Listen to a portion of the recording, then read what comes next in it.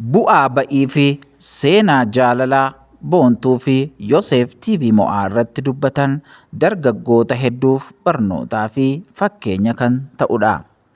Ijoolleen kun addunyaa wal hin fakkaanne lamarraa walitti dhufanii Yoosef haaluma dubbii isaarraa yeroo hubatamu dargaggeessa bilchaataa fi suga qabudha. Akkasumallee nama tasgabbaa'aadha. Boontuun shamarree laayif istaayilii dhiiraa qabdu yoo taatu gaa'ela duraa shamara hedduu ariifattu turte. Haala isheen ibsituu fi viidiyoo ishee miidiyaa irraa ilaalluun. Yoosef tajaajilaa waldaa kiristaanaati. Isheen shamarree araada adda addaan qabamtee jireenya ulfaatoo hedduu dabarsitedha.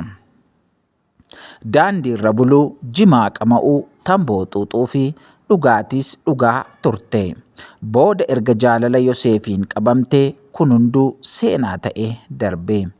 Jireenya isaaniirraa wanti hubatamu hiriyyaa gaariin jaalalaan amala badaarraa akkasi jijjiiruu danda'udha. Akkasumas hiriyyaa yaraan akkasi balleessuu danda'u hubatta. Gaafa isheen gaaffii jaalalaa dhiyeessituuf dursa waa'ee ishee duubaan qorate. Seenaa badaa akka qabdus dhagahe. Garuu hin tuffanne. Ofitti qabee daandiirraa mana isaatti galche. Asitti bilchina isaa fi humna jaalalaatu hubatama. Dursa hojii waan hin qabneef guyyaa guutuu araada adda addaan biizii of gooti turte. Tikeetii carraa buusuu fi hojii leestiroo garuu eeyyama isaan akka eegaltes dubbatte. Seenduubee mucaa kanaa osoo hin beekiin haala dubbii fi uffannaa ishee irraatti hundaa'uun ana dabalatee mucaa kanaaf namni ilaalcha gaarii hin qabu.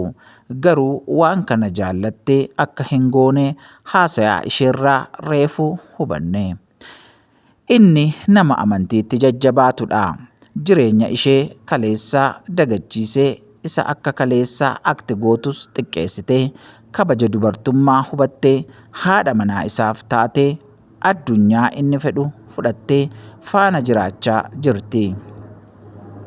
Dhugaa dubbachuuf bara kana keessa namni nama seenaa akkasii dabarse fuudhee akkasitti sirreessu lakkoofsaan xiqqaadha.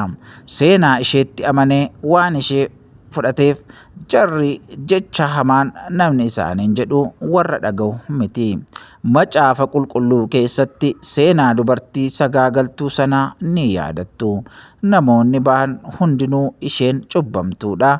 Akka seera Museetti nama fuulduratti dhakaan tumamtee ajjeefamtu jedhanii Yesuus Kiristoosiin gaafatanii. Innis immoo deebisee tole haa ta'u isin keessaa ani qulqulluudha kan jedhu dhagaa kana fuudhee dursee haa rukutu jedhe. Uummata sanattis dubbate. Yeroo kana hunduu qaaneffatee boquu gadi buuse.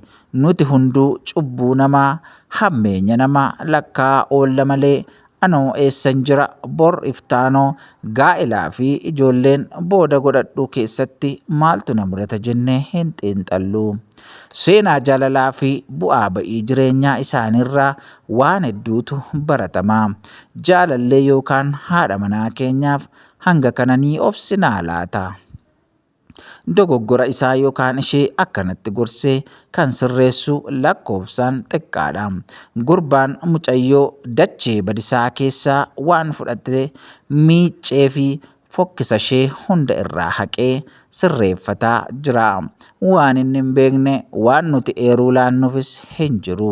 Seenaan ishee kan irraa baratamudha. Namni kamuu yoo cime jireenyi abdii kutannaa keessaa bahee jireenya kolfaaf gammachuu qabu ni jiraata. Jaalalleewwan jaalala keessa jiraattanis jaalalatti seenuuf jettanis seenaa ijoollee kanaa ilaalaati. Humna obsaa fi jaalala hubadha.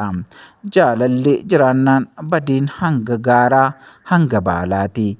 Faallaa tanaanis badiin hanga baalaa hanga gaaraati. Jaalala keessatti wal hubachuu fi waliif obsuun gara milkaa'inaatti nama geessa. Wal gorsaa waliif obsaa isiniin jenna. Kun ergaa keenya ergaa gonfoo miidiyaati. Gonfoo miidiyaan karaa garaa garaa wantoota barsiisoo fi bashannansiisoo ta'an odeessaalee garaa garaa isin biraan waan ga'uuf sabiskiraayib gootanii waliif qooduu hin dagatinaa. Warri maatii keenya hin taane maatii keenya ta'a nu hordofaa waliin gara fuulduraatti adeemnaa isiniin jennaa. Waaqayyo baraaf jireenya keessan haa eebbisu. Eebbifamaa.